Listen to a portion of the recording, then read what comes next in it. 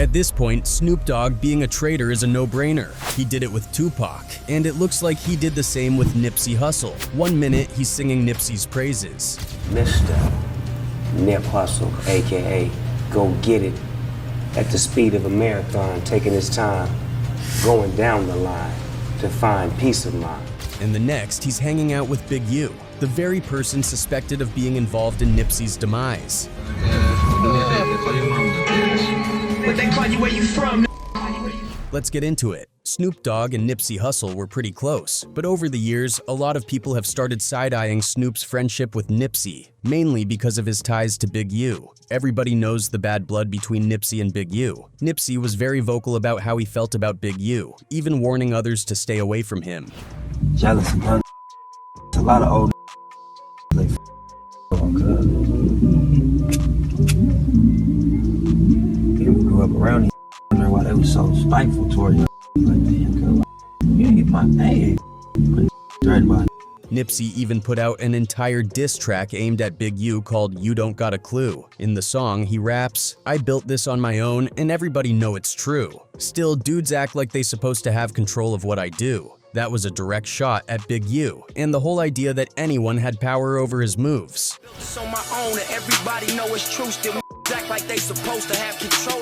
If the entire world knew about this beef, then there's no way Snoop didn't. So why was he still hanging around Big U? And it's not like this was just a one-off thing. There was even a clip of Snoop in the studio with Big U casually listening to Nipsey's songs. What they call you, where you from? Snoop has also been accused of helping promote Big U's extortion of rappers. Big U is known for forcing artists to check in with him, something Nipsey was strongly against. In fact, according to multiple sources, that's one of the reasons Nipsey was killed. He stopped paying Big U for so-called protection. Everybody know Big U and Nipsey had an argument, homie. Everybody know Big U was shaking Nipsey Hussle down, making him pay protection fee, sorta. Nipsey Hussle got smart and say, I don't wanna pay you $20,000 a month no more. And Nipsey Hussle come up dead. He lost his protection, and the hood killed him. We all know this, homie. Big U even has a whole show called Checking In, and guess who was one of the guests? Snoop Dogg. The big homie. Yes, sir. TV superstar. Neighborhood star. Come on, man, you look good up here, man. I like the new set. All of this is making fans look at Snoop in a whole different way. It's like history is repeating itself because this same pattern happened with Tupac. For years, people have called Snoop the ultimate betrayer when it comes to Pac. And even Pac himself called Snoop out before he died. He's what about him? It's an open, free business. But I just know he'll have more problems without us than he would with us. If you look at Snoop's history, there are way too many moments where his loyalty to Pac was questioned. One of the biggest betrayals was when he worked with someone who was allegedly involved in Tupac's murder. Big Dre was supposedly in the car the night Pac was shot. A lot of people point the finger at Orlando Anderson, but others believe Big Dre was the real shooter. And what did Snoop do? He worked with him. After Pac died, Big Dre started his own label, Runoff Records, and put out a mixtape called Hard White. That tape featured some big names, Warren G, MC8, and Snoop Dogg. Sitting in my dining room, flipping through the source, reminiscing about my style before it was yours. When that news broke, people were pissed. First off, how did Big Dre even get the money to lock in those features? And second, why was Snoop working with someone who might have had a hand in Pac's death? To a lot of folks, that was all the proof they needed about where Snoop really stood when it came to Pac. Suge Knight revealing that, Snoop, he worked with Big Dre after Tupac got killed. And when I heard that, man, that was wild. For you to be working with somebody that was in the car with Keefy D when Tupac got shot, that's crazy, man. And now, it looks like he pulled the same move with Nipsey. He maintained a relationship with someone who was completely against everything Nipsey stood for. One of Nipsey's biggest missions was to unite the community, bringing Bloods and Crips together, even working closely with an active Blood like YG. That went directly against Big U's vision, which made Nipsey a problem. What about like YG and Mustard? And my homies, man. Shout out to YG and Mustard. We clicked up in LA. We got a movement. YG can good come right to now. our hood. He's a Blood. He from Yeah. Pyro. He can come to the 60s. I can go over there. I've been over there with my jewelry on and Yeah. my being myself, and they respect it. They love it. I was unheard of. You couldn't do that. Right. So it's different right now. Eventually, Nipsey was killed, and just like clockwork, Snoop was at the forefront, singing his praises, giving speeches, and making sure everybody knew how much he loved Nipsey. But to fans, it just feels hypocritical now. And Nipsey Hussle, man, that's my dear brother right there. Nipsey is he's a South Central legend. He was a businessman. He was a leader, a teacher, a father, an entrepreneur. And the same thing happened with Tupac. After getting called out for his shady moves, Snoop completely switched up. Suddenly, in every interview, he was praising Pac, acting like they were best friends. It looked like straight-up damage control, like he was trying to clean up his image and make people forget all the questionable moves he made after Pac's death. But even while he was praising Pac, he would still slip up. Snoop has been caught twisting the truth or straight-up lying about certain moments with Tupac. For instance, one of the most famous ones is when he claimed that Tupac was the first person to ever give him a blunt. I finally got a chance to meet Pac in 1993 at a rap party for Poetic Justice in LA. And on that night, Pac passed me my first blunt. Now, at first glance, that might sound like a cool story, but when you actually break it down, it doesn't add up. Snoop met Tupac when he was already 21 years old, and by that time, he was deep into the smoking lifestyle. Yeah, no, for real. That's right. Tupac is the one that got Snoop Dogg smoking blunts. To make things even more obvious, actress Cameron Diaz, who went to the same high school as Snoop, has publicly said that she used to buy weed from him back in the day. Did you know, since you're from the LBC, did you know Snoop D.O. Double G? I did. Well, we went to high school together. He was a year older than me. He was very tall and skinny, wore lots of ponytails in his head, and I'm pretty sure I bought weed from him. Yeah! I had to have. That means Snoop was already dealing with blunts way before he even crossed paths with Tupac. And that's not the only story Snoop has made up about Tupac. Snoop once claimed that when Tupac was behind bars, he was in danger and facing serious issues. He went on to say that he was the one who urged Suge Knight to bail Tupac out of prison to keep him safe. Was Tupac having issues when he was in prison? Because I know Snoop, he always say that he was hearing bad things, so he told Suge Knight to get him out. However, this story has been refuted by Napoleon, a close friend and member of Tupac's Outlaws crew. Napoleon dismissed Snoop's tale, stating that Tupac was actually well-liked in prison, making friends and taking pictures with people. That's a false narrative that I think Snoop was pushing. You know what I mean? Pac, for a fact, he wasn't really... He had a lot of, like, he used to send us pictures, and his pictures on the internet when he was taking pictures with New York dudes up in Clinton. I guess people, they like to say that so then they can vouch for some other rumors that's being spread about Pac to try to put dirt on his name. You know what I mean? So it wasn't a fact that he was disliked, he was holding it down. He mentioned that during their visits to Tupac, Pac never once mentioned feeling threatened or unsafe. According to Napoleon, although Tupac was eager to get out of prison, because, let's be real, who wants to be locked up? It wasn't because Snoop asked Suge Knight to pull some strings. We used to go visit him monthly, some of us weekly. I can't recall him saying anything where he felt like he was in danger. You know what I mean? Like, not one time. Hey, I'm good. Y'all just go do y'all thing and leave me alone. No, he wanted to come home, but he definitely wasn't having any issues. Snoop Dogg's tendency to embellish stories doesn't stop there.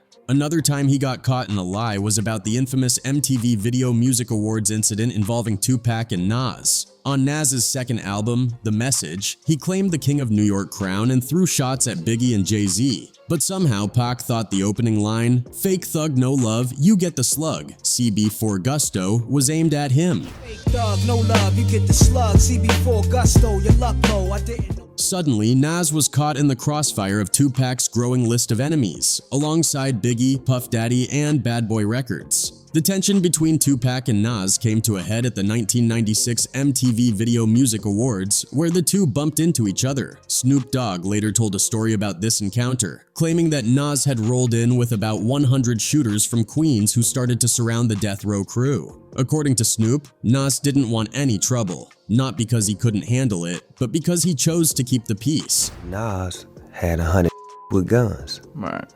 So listen to what I'm telling you. Yeah. By me saying he didn't want none didn't mean he didn't punk out. It mean he just didn't want to go there. Snoop described how Pac was going off on Nas, throwing insults, completely unaware that Nas's crew had them surrounded and could have easily taken them out. Pac didn't even see them, because I got a gangbang mentality. I seen when start circling and putting their hands in their pockets while Pac is in this here telling I made a song dissing you, Jay-Z? Snoop's version painted Pac as a reckless hothead and Nas as a cool, collected leader. But apparently, Snoop wasn't even there when this went down. According to Napoleon, who was actually there as one of Tupac's crew, Snoop's version of the story is completely off. Instead of the tense showdown Snoop described, Napoleon says Tupac and Nas were pretty respectful toward each other when they crossed paths. Pac wasn't disrespecting Nas at all. You know, I know Snoop said Pac punked Nas and then went to Snoop and said, you see how I got these New York dudes? None of that happened, bro. It was a mutual respect thing. Pac never disrespected Nas like Snoop claimed. In fact, it was more of a mutual respect thing. They talked it out and cleared up the misunderstanding between them right there. Pac and Nas met each other, it was nobody talking disrespect from both sides. Maybe the people behind Nas and the people behind Pac was mean-mugging, saying certain things, but Pac and Nas handled it like real gentlemen. Pac even went as far as to promise that once he got back to LA, he would remove Nas's name from any diss tracks where it was mentioned. Sadly, Tupac was killed shortly after, and never got the chance to follow through. To top it off, Napoleon also doesn't remember Snoop being there at all during this incident. Nas himself even confirmed that Snoop got the story wrong. I heard Snoop told the story a few times, but he had it wrong a little bit. He had said that Pac snitched him, and nobody was really there. Yeah, we had a great combo. Another interesting thing is that not too long ago, Snoop admitted in an interview on Big Boy TV that he wasn't really a fan of Tupac's diss tracks, adding another layer to their complicated dynamic. Even when he played Hit 'Em Up the song, I didn't like the song. Did you feel like it was I didn't too like much? it. Right.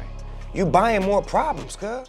Napoleon and Reggie Wright Jr. were absolutely blown away by Snoop's words because apparently it was just another one of Snoop's lies. He was expressing his love for Hit 'Em Up. He was in the studio bopping his head. He was on the stage when Pac was performing it, singing the lyrics with him at the House of Blues. Now, all of Snoop's lies about Tupac might be tied to the rumors that he never really liked Pac that much. First of all, Snoop Dogg's apparent betrayal may have stemmed from the very moment Tupac joined Death Row. A lot of insiders claim that Snoop was jealous when Tupac joined Death Row. Before Pac got there, Snoop was the biggest star on the label, but the moment Pac walked in, he took over, getting all the attention, and that didn't sit well with Snoop. When Tupac joined Death Row, was Snoop jealous of Tupac joining Death Row? Snoop definitely was a little razzled because he used to be in Snoop Dogg. And when Pac came, he demanded all the fucking attention and got it. Everybody had to move out the way when Pac got there. Okay? And that jealousy started creeping into everything. One of the biggest moments that really broke their friendship happened after Tupac dropped Hit 'Em Up. At that point, things were already tense between Death Row and Bad Boy Records. In 1996, when they were in New York for the MTV Video Music Awards, Snoop started acting funny. First, he skipped out on a rehearsal for a planned Saturday Night Live appearance with Tupac. Then he went on a local New York radio station and publicly said, "I got nothing but love for Biggie and Puffy." Now this was obviously a huge slap in the face to Tupac, but according to insiders, Pac wasn't mad just because Snoop said he had love for Biggie. The real reason Tupac was pissed was because just a few days before, Snoop had been in the studio with him recording diss tracks aimed at Biggie and Puffy. And then out of nowhere, Snoop goes on the radio and acts like everything is cool. That felt like betrayal. Pac was angry not only because they said, not just because of that interview. A couple weeks before that, people don't know that Pac and Snoop did songs dissing Biggie. I remember hearing it. Pac looking at it like, come on, man, you were just in LA dissing them with me. Now you on the radio saying something different. You know what I mean? So I think that triggered some type of attention. Unfortunately, before they ever got the chance to really talk it out, Pac was killed. And Snoop would later say, the reason they never patched things up was because Pac just didn't understand that he never had hate for Biggie. You know, I don't think we was really on good terms before he died. Because he didn't really understand the way. I didn't really have no hate towards Biggie. I didn't really feel like he should continue to, to get at Biggie. But to a lot of people, that excuse doesn't make sense. If Snoop never had a problem with Biggie, then why was he in the booth making diss records with Pac in the first place? Why play both sides? A lot of people believe that he was undermining Tupac's feelings, acting like Pac was the one who overreacted. Now, another person who fell victim to Snoop Dogg's many lies was Biggie. Snoop has always maintained that he and Biggie Smalls were cool and had a good relationship, but according to Diddy's former bodyguard Gene Deal, who spoke out in an interview on the Art of Dialogue podcast, that's not the whole story. Deal revealed that, in reality, Biggie didn't like Snoop at all and had no respect for him. Big got in that studio and said, I don't know why this Snoop's calling me. I'm not telling this where I'm at. He even questioned why Snoop's supposedly tight relationships with both Biggie and Tupac weren't more evident before they passed away. Deal suggested that Snoop's stories about being close to both Biggie and Pac are just convenient narratives for the media. You know, I'm the peacemaker, I'm the one showing love, I'm the one out here trying to bring everyone together, Deal said, implying that Snoop's tales might be more about creating a certain image than reflecting the truth. Deal went on to point out that it wasn't all love between Snoop and Biggie until after Pac was dead. He questioned, wasn't Big out in California 3-4 weeks and Snoop never saw him? Snoop never came and smoked anything with him, never came and ate with him, but there was a lot of love? Come on, man. When you be seeing these interviews with Snoop speaking on Biggie, how does that make you feel? That's propaganda for the media, bruh. That's something that sounds good for the media. Pac asked you was going to Vegas and the whole 9 yards, and he didn't say nothing to you, or he said some slick shit to you, or whatever, this, that, and the third. It wasn't all that love until Pac was dead. Since the notorious Big S death in 1997, Snoop Dogg has often talked about how much he respected the Brooklyn legend. In a 2018 interview on the Rap Radar podcast, Snoop shared a story about a heartfelt conversation he had with Biggie after Tupac's death. The chat happened after a shooting incident during the filming of Thaw Dog Pound's NY New York video in Brooklyn. Snoop explained that, at the time, he and his crew believed Biggie had something to do with the shooting. However, due to the intense East Coast versus West Coast beef, they decided not to retaliate. But things took a different turn after Tupac died. Snoop later ran into Biggie in Atlanta, and that's when they had a real talk. Snoop recalled, "It's just me and him, one-on-one, and he's telling me how much he loved Tupac and that he never wanted him to die." Biggie admitted he was wrong for some of the things he said and did. He was straight up apologizing to me like a man. Snoop went on to explain that he never really blamed Biggie for the shooting incident, stating, "That was a Dog Pound video, not a Tupac video. And yeah, we got shot at, and it felt like it was coming from Biggie's side, but no one got hit, so we let it slide. After Biggie apologized, we squashed the beef and became friends again." However, when asked to verify if that meeting in Atlanta really happened, Gene Deal, Diddy's former bodyguard, said he couldn't confirm it because he wasn't there. Gene did raise an eyebrow over Snoop's story, though. He found it odd that Snoop would claim he spent time with Biggie in Atlanta but never saw him when Biggie was out in Los Angeles. "I can see you in Atlanta, but I can't see you in California, in my own hometown? So you're saying you're so gangsta, you can roll up to Biggie's hotel room solo in Atlanta, but in California you can't see him? Alright then," Gene said, clearly casting doubt on Snoop's version of events. I wasn't there, brother. I don't know how accurate it is. That's a Lil C story. That's a Snoop Dogg story. But I can see you in Atlanta, but I can't see you in California, in my own hometown? Huh? After Biggie was murdered and Suge Knight was locked up, Snoop decided he wanted out of Death Row Records. The main reason? Snoop was tired of all the drama and wanted to put an end to the beef between Bad Boy and Death Row, especially since Suge was pissed at Snoop for keeping in touch with Puff Daddy. When Snoop tried to discuss this with Suge, he got a hostile response. On top of that, Snoop was not cool with Suge's remarks at the Source Awards where he dissed Puffy for always appearing in his artist's music videos, especially since Snoop ended up doing similar things himself later on. Their relationship got so bad that there were even rumors Suge wanted Snoop dead. It got to the point where Master P, the founder of No Limit Records, had to step in and pay a few $1 million to get Snoop out of his Death Row contract. After that, Suge hinted that Snoop was a snitch. According to rumors, in 1998, Snoop told the police he felt his life was in serious danger after leaving Death Row. A memo from the Los Angeles County Sheriff's Department even suggested that Snoop told a sheriff's lieutenant that Suge Knight was behind Tupac's murder. However, no charges were ever brought up based on that memo. He tried to accuse and told the sheriff that Suge Knight was the one that killed Tupac. It's in the police report. This whole snitch accusation came up again a few years ago when rapper 6ix9ine talked about those documents, suggesting Snoop might have been working with the police. Snoop Dogg's paperwork right here. Snoop Dogg's paperwork for everyone to see. Everybody to see. Snoop Dogg's paperwork. Snoop fired back, saying, "People know I ain't have nothing to do with Suge Knight getting time. We had the same lawyers. This rat's just reaching calling me a snitch." And for the record, he probably drew up the papers himself. He works with the police. Suge and I are on great terms now, so if I had snitched on him, we wouldn't be cool, and that's a fact. Snoop Dogg is still a respected figure in the hip-hop community, but people are starting to notice these patterns with him, and it's making them question just how much that respect is truly deserved.